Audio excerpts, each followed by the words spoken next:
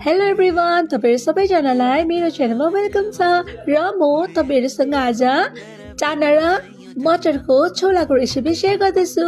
यसमा मैले प्याजलाई खोर्सानी, अदुवा र टमाटोलाई यसरी काटेर घरमा इजिली अवेलेबल मसलाहरुसँग बनाएको छु, जस्तै टर्मरिक, पड्काउने मसला, रेड कलर र एमएसजी हालेर बनाएको छु।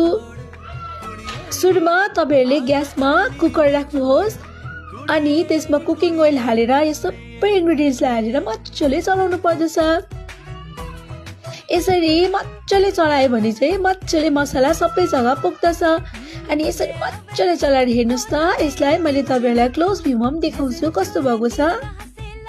यसरी मज्जाले मैले यसलाई कुकरमा मज्जाले पकाएको थिएँ। अनि यसमा मैले टमाटो एड गरेँ मज्जाले यसलाई चलाउने हो। टमाटोलाई चाहिँ अलिकति मसलाहरू हालिसकेको बादमा हाल्दा चाहिँ एकदमै राम्रो बन्दछ। र यसमा पानी हालेर मैले सौंफ, कोरिएन्डर लिभ्स हालेर मज्जाले यसलाई 8-9 सिटी लगाइदिएको थिएँ। अनि हेर्नुहोस् त, त्यसको बादमा चाहिँ यो यस्तो बनिएर गएको थियो। अनि यो चाहिँ एकदमै मिठो बनेको थियो र मैले यसरी सर्भ गरेको थिएँ। Thank you so much for watching.